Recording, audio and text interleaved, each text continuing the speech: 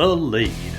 Sponsored by Lavish Boutique, Lavish Coffee, Jasper Veterinary Clinic, Jasper Bone and Joint, and Carl Cannon Chevrolet Buick GMC. Welcome everyone, good afternoon. This is Greg Tinker for The Lead, and I am honored today to have Coach Pat Ware from Jasper High School, the head baseball coach. I'm sure somewhere along the way, Coach Ware, I might say Walker, because it's ingrained in me, it's ingrained in you. It's our connection, at least in part, but we're glad to have you on set today. Well, Coach, I really appreciate you having me. It's an honor to be here with you. So you came through, began at SIPSI, and then you came to the Jasper City School System in 7th grade, and were a three sport athlete during that time. Kind of talk about your evolution, you know, playing those three sports, and then somewhere along the way you decided on baseball. Kind of talk about that progression from 7th grade through 12th. And how 7th grade through 12th grade. Yeah, when I first came, really the reason I left SIPSI to come to Maddox at that time was my mother worked downtown in Jasper. My dad was a coal miner, and he was gone before he ever got up every day. And it just made sense for me. One, I knew I was going to go to Walker High School and to get in with a group of guys that were already there. So we moved from SIPSI to Jasper my 7th grade year. And growing up in SIPSI, there was a few things you did. You either got up and worked every morning. It didn't matter how old you were. Mm-hmm. Mom and Dad was going to find something for you to do. Or you played sports, and that kept you out of working. Right. So pretty much myself and my brother, we would get up, and as soon as we could get up and get out of the house, we would be trying to find a sport to play and get home about dark every day. And that was just sort of the lifestyle we knew, because we knew if we stayed home, Dad was going to put us to work. He wasn't going to have us just sitting around doing nothing. So that's what got my love for athletics, was just everyday life. That was sort of what we did. Mm-hmm. But when I got to Maddox, that was actually the first year that Coach John Sasser had started a junior high football program. Never played football as far as organized football growing up, but I had a passion for it because I still love it today. I still love watching it. I actually coached the junior high football team here for the Jasper Junior High, and it's a passion I have also. But baseball is my first love, but I do enjoy football. And like most young people, when they're growing up, they think they can do it all and play everything. So I also thought I was a good basketball player, and it's sort of like I tell our kids all the time, there's a difference between players and participants. And honestly, probably more of a participant than a player in basketball. So Coach Sasser started the first junior high football team, and he did a great job of getting guys out, talking kids into coming out that never played. It was him. He actually had my father help him. Jimmy Alexander helped him, and some other coaches that had been in high school coaches, but were sort of like I am right now with junior high football, taking a step back from all the grind of a high school football season and just trying to enjoy just the pure sport of football. So he got a ton of us out there, and sort of really liked football when I got out there. Like I said, all I've ever played was in the backyard at SIPSI, and that's all I ever knew. And we played a lot of football games over at John Glover's house, Sure. or at the SIPSI baseball field. That was the two places you played at growing up, and it didn't matter if you. Myself was one of the younger ones in the group, so you had to learn how to survive. But when I got there, played all three. Actually played basketball under you.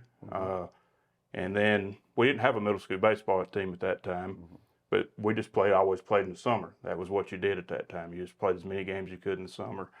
Then as I moved into the high school, as a freshman, still played all three, still thought really could do that. And as I started maturing and getting older and realizing there were some things that just stuck out to baseball that I gravitated to. I just love playing. You still have a passion for it. There's something you can learn every day about it. to me, it's the greatest sport because there's no other sport that you have to deal with as much adversity as you do with baseball. I mean, you go 3 for 10, you've had a great day or a great year. You hit 300. That's not real good in life. Right. So I think it can teach you a lot of life lessons, and I've learned a lot of life lessons through baseball.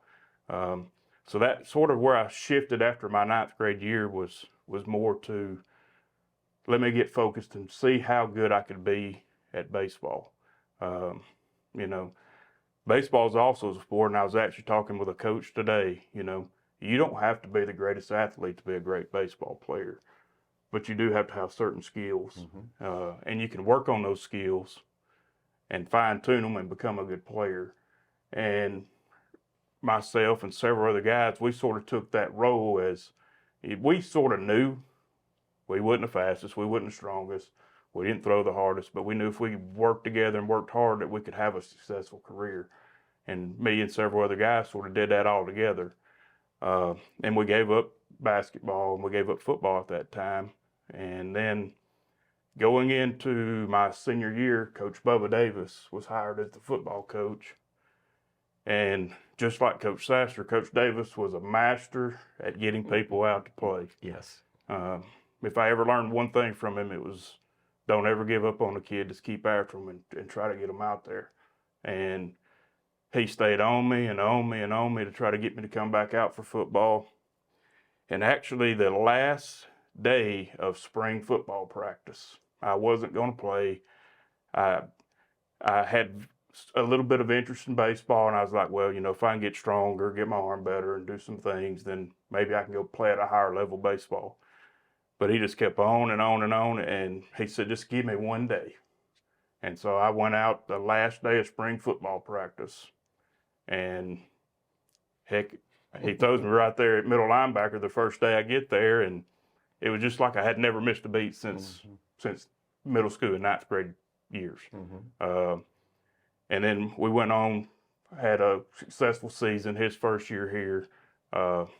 You know, myself and several guys, the same group of guys that were just focusing on baseball, we all went back out and we enjoyed it. And it's probably one of the most successful things I've ever done. You know, and that group of guys, we're real close still today. Yeah. That whole bunch. And then finished up baseball under you.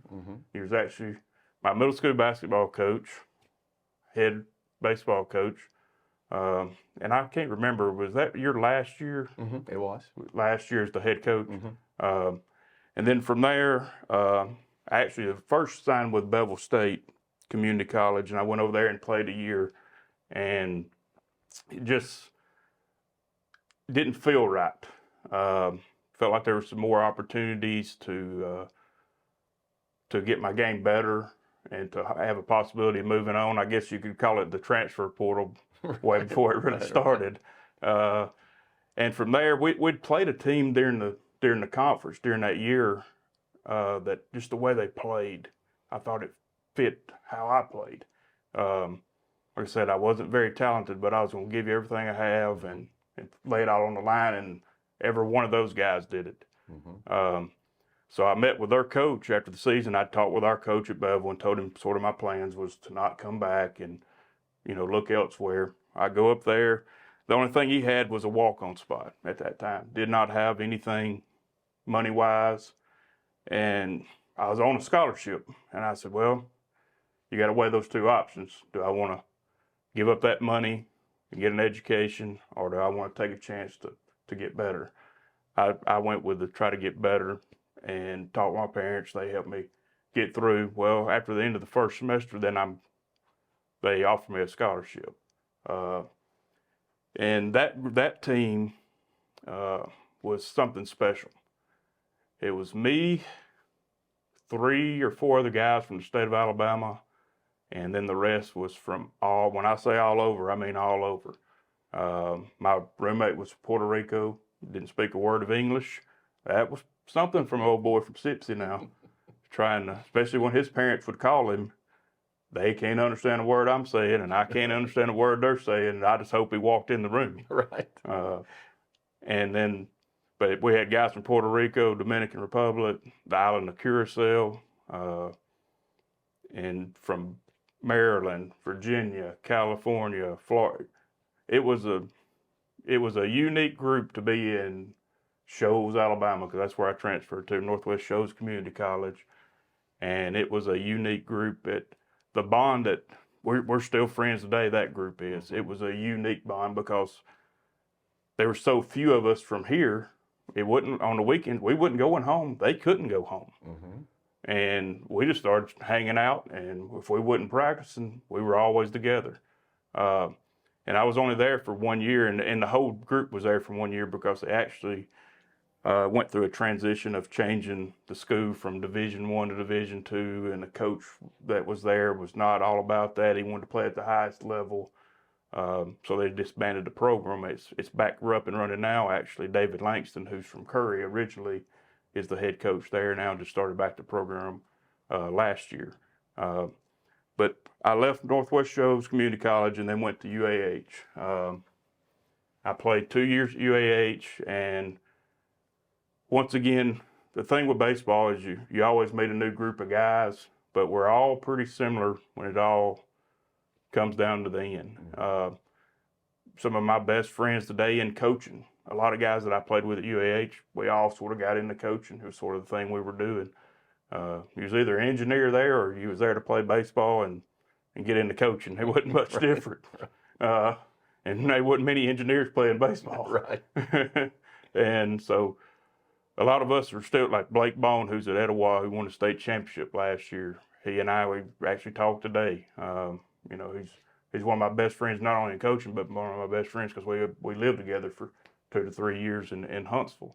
And we played under Coach Bobby Pierce. And the thing I've learned, you know, through the years, I've been very, very lucky to have great coaches. And I've always say this to my young coaches now, and new coaches that I'm getting, there's always something you can learn from a coach, whether it's positive or negative. There's always something. And try to take something that they do positively and add that to your repertoire. You know, I've had, like I said, growing up, my father and Mike Harris, who run a local little grocery store in Sipsey, I'll tell you what, learn from them, you learn how to work. Because that's all we did. We'd practice and practice and practice and practice more. I had Coach Davis in high school, 2 great men, not only great men as far as teachers of the game, but great godly men that taught you that. That a lot of kids don't get that. And then as I went to college, Coach Mark Lee at Northwest Shoals, when I ended up going there, he was a one-man show coaching a college. And I learned how to organize things because he was a great organizer. And I learned more about defense as far as the baseball side from him than any coach I've ever been around. He was a master of that. And like I said, he was a one-man show by himself. And then as I got to UAH, Coach Pierce is known for, he's an offensive guy. So I sort of picked up a lot of offensive stuff from him. So I have tried to morph everybody in together that I've ever been in contact with and sort of let that shape who I am, along with, I guess, a little bit of my personality and just sort of the way I played. And then after I left there, after I finished at UAH, actually my senior year, the summer of my senior year after finishing, me and some of the guys that I played with, they had a local American Legion team. And we said, you know what? One of the guys played for the guy who ran the American Legion in high school, and they were needing coaches. And we said, why don't we do it? And we loved it. We loved it. We were, 23 years old coaching a bunch of 18-year-olds. Now, we didn't have a clue what we was doing. Didn't have a clue. We thought we did, but we didn't have a clue. And but we loved it. And that's sort of every one of us got into coaching. There was 3 of us that went out there and coached those teams. We all got into coaching. Some of us are still into coaching now. But that sort of fueled me that's really what I wanted to do. I'd had a sort of, I want to coach, I want to teach. Because it started, like I said, with my father when he started off teaching, and then he got into the coal business. Really, he got in the coal business because at that time you couldn't make any money teaching. Right. And he was trying to provide for the family. And my brother got into coaching and teaching. And it was sort of a path that this is what I know. This is what I'm going to do. And I've even had people tell me, you know, we knew you was going to be a coach from high school because you used to get on the guys and tell them this and tell them that. I said, that was my personality. That wasn't me trying to be a coach then. But I have, over the years, been very, very fortunate to be around a lot of good coaches and good people that have helped shape who I am and what I do. And that's an everyday thing. I mean, somebody asked me the other day how long I've been at Jasper. I think this is year 20. I don't keep up with years. I don't keep up with records. I don't keep up with those things. Those things are irrelevant to me. Really, in the long grand scheme of things, you're not going to really remember records when it's all said and done. You're going to remember maybe the impact you might have had on some young men or young women, depending on what you're coaching. But when I first got into this gig, I went to Butler High School as basically a teacher's aide. And you talking about rough.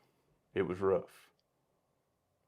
We go out to tryouts, and the head coach, Al Rawls, had been coaching for a long time, and he called me in. He said, I know you're young, you're fired up, you're wanting to do this, wanting to do that. He said, you're at the best place you can ever be to learn how to coach. Butler High School had been a place in the past that was very, very good baseball school. But it had changed in the 5 years previous to I got there. Now, they were a very good basketball school at that time, but baseball had sort of fell to the wayside. And we go out there, and 49 kids came out to try out for the 9th grade baseball team, and he put me over the 9th grade baseball team.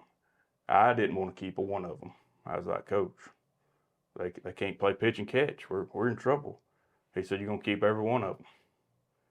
And he did that. He's been there for a while. Number one, he said, these kids need us a lot more than we need them. And the first day of practice, I had to show them what a baseball was and tell them this is a baseball, because the majority of them, that was the first time they'd ever even played. And I really learned how to break down and try to communicate with a kid and teach him from the ground up. And that was hard, very hard, because they didn't even know what a ball was. Didn't even know how to hold it correctly. And then we're going to play teams where these kids have been playing their whole life, and we're supposed to beat them. And sort of the highlight of that year was we played Hazel Green, and the first game of the year they beat us 31-0 and took it easy. And that was in 5 innings, and it could have been a lot worse. And we played them the last game of the year, and we beat them 2-1. Somehow, I don't know. The stars lined up, and we beat them 2-1. But I left Butler after 1 year and went to coach at Bob Jones with Lee Gann, who's now the head baseball coach at Mountain Brook.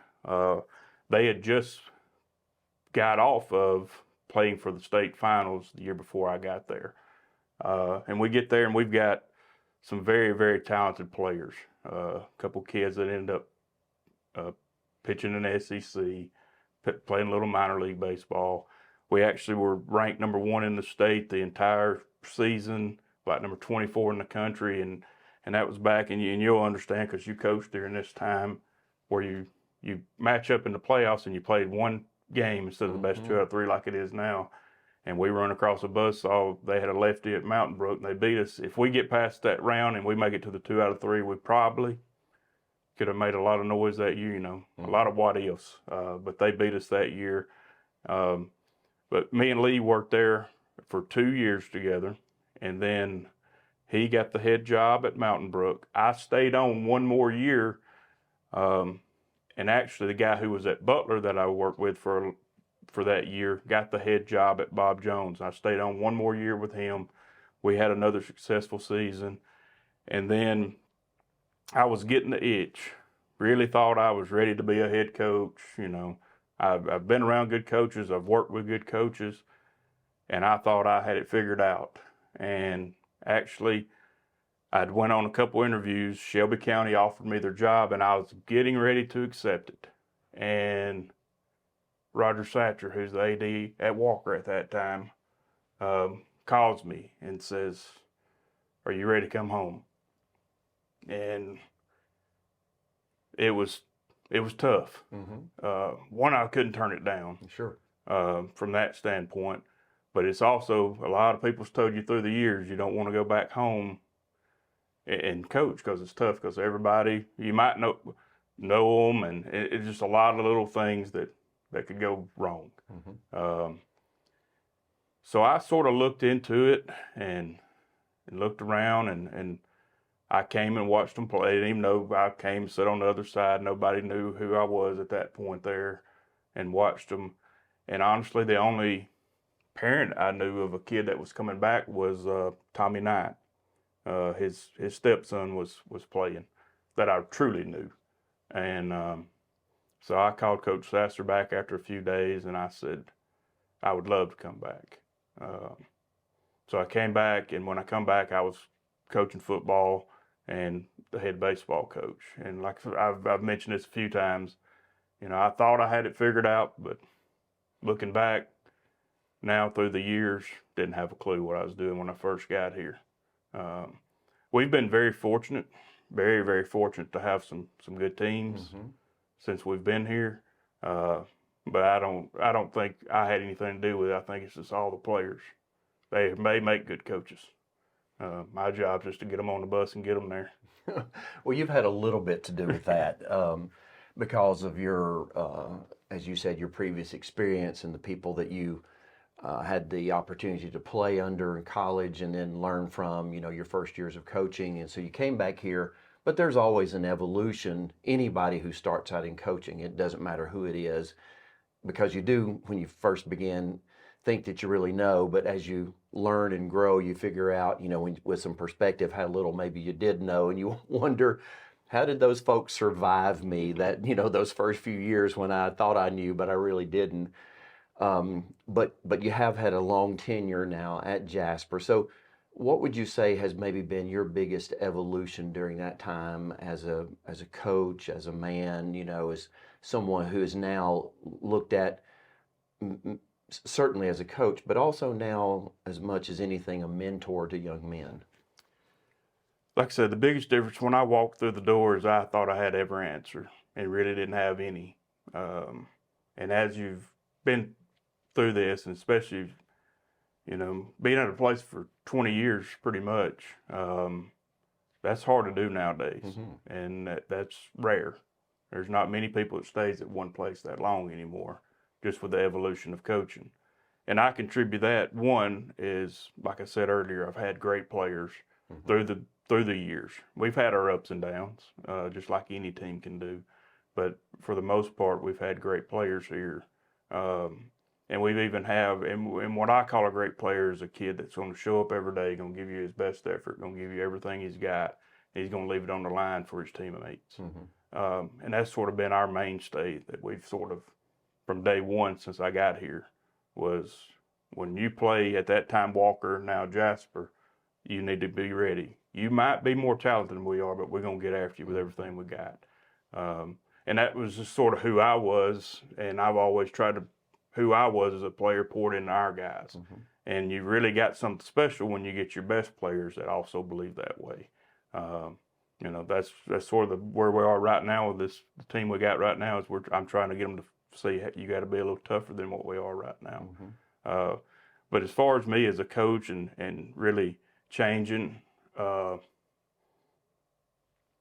if you're going to stay at one place for a long time and you're going to be in this business for a while, I think you got to be able to change with the players. And the way they've changed, and just the way culture and society's changed.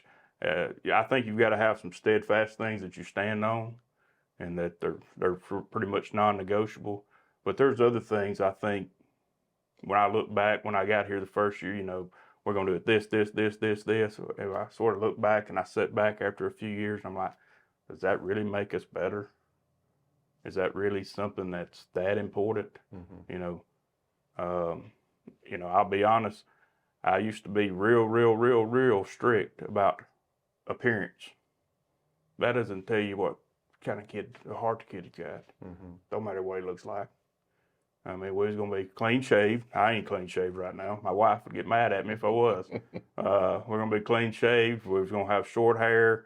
I still have a few little rules. It's going to be neat around the edges and stuff. But as far as some of those things, that didn't tell you what kind of person that kid was. But I wouldn't give him a chance when I first got here. No chance at all. And so through the years, that I've sat back and I said, that kid's a good kid. If he wants to have a little bit of long hair, that's fine. No big deal. It's things like that. It's things about getting to know the kids. When I first got here, it was all about what can I do to make you a better baseball player? And now it's shifted towards what can I do to make you a better person? You know, the baseball will come. We'll get to the fundamentals of the game. We'll get to that. But when I first got here, I was just like a racehorse with blinders on, and I really wasn't trying to get them to know. I was trying to make them the best baseball player they could be.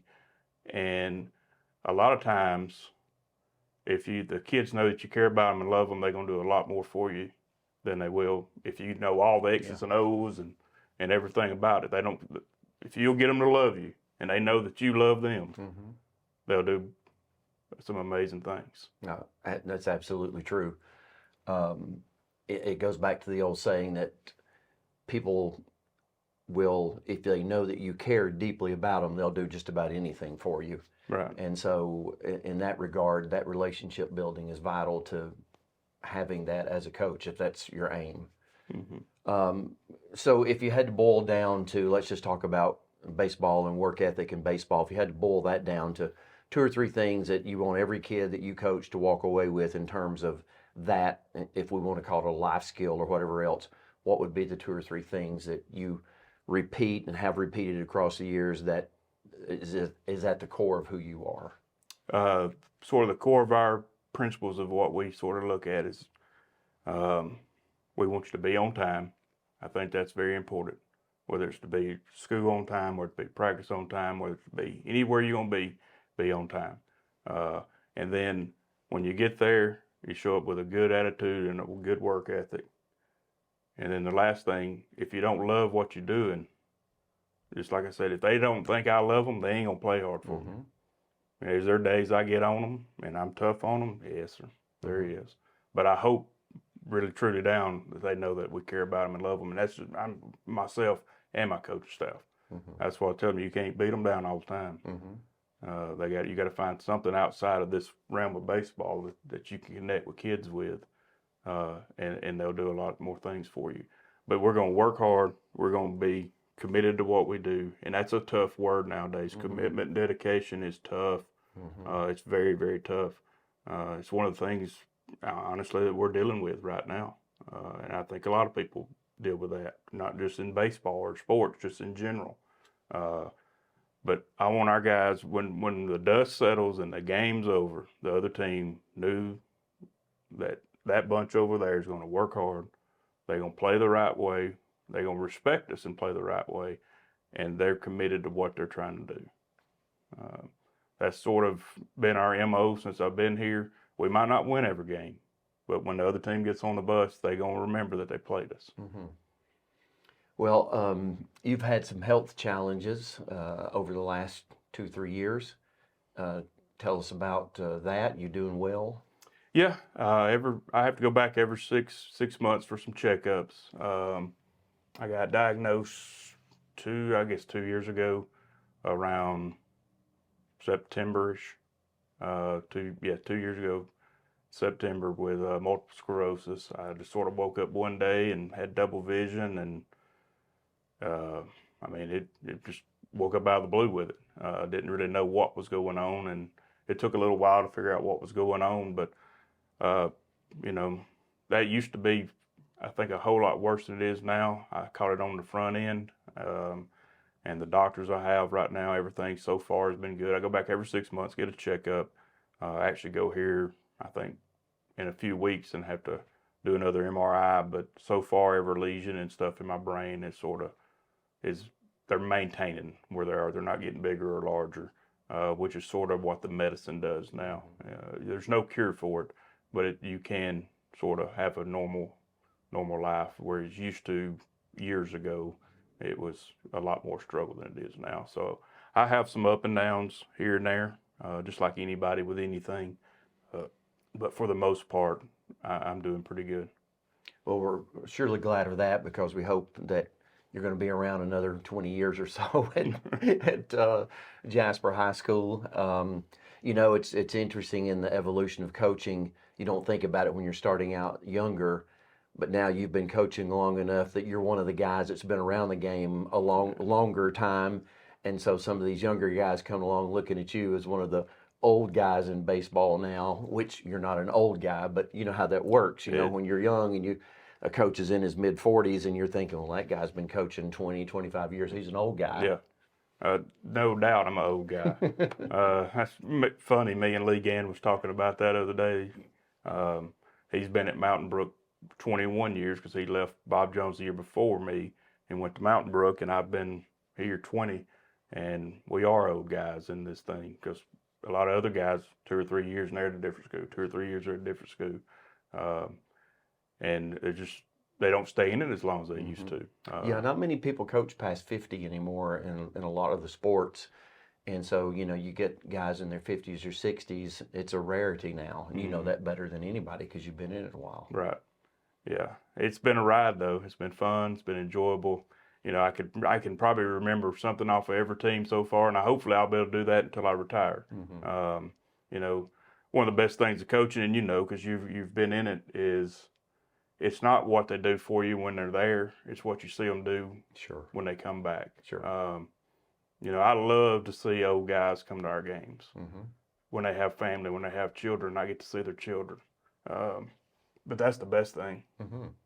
Well, it's just like you and I sitting here, because I had the privilege of coaching you, as you said, in middle school and in high school. And little known fact that Coach Ware would only know, but as a senior, we just had this philosophy: if somebody throws inside, you're going to take it. You're not going to jump and roll and get out of the way. Well, he led the team in hit by pitch his senior year. I don't remember what the number ended up being. It's 13, 15, I don't know. But just about every game you got hit by pitch. But one of the toughest guys that I ever coached was catcher from 10th grade through 12th grade, and had such high confidence in him. You talked earlier about people saying, well, I knew you was going to be a coach. Well, that was kind of obvious to me too, because I trusted you enough to call the pitches as a high school player, and not a lot of coaches, you've done it long enough to know too. You've had very few guys, I'm sure, that you've turned loose as a catcher to call pitches. And so I had, great enough confidence in you to call pitches, especially your junior and senior year.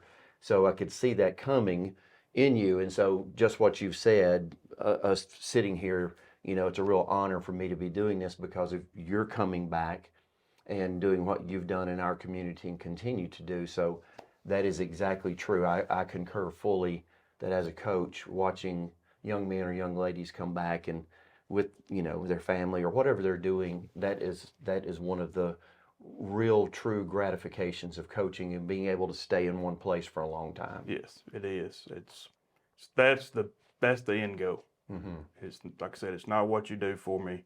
We're gonna play. We're gonna get hits. We're gonna strike people out. We're gonna make the outs. We're gonna make some errors. But you know what? Are you a good husband? You're a good father one day. That's the most important thing. And then, like I said, when those guys come back, and if you ever come to the games, you're more likely gonna see a few back. Some of them, I don't know why they come back because I was on their tail from day one. But I love seeing those guys back, and we have several here in the community now who have actually moved back, and doctors, lawyers, do all kind of other things, and it's great to see those guys back supporting the program here. Well, Coach, one of the things that we do is we sign the poster behind, and we'd be honored if you'd take the Sharpie there and put your name up there along with everybody else. All righty, thank you.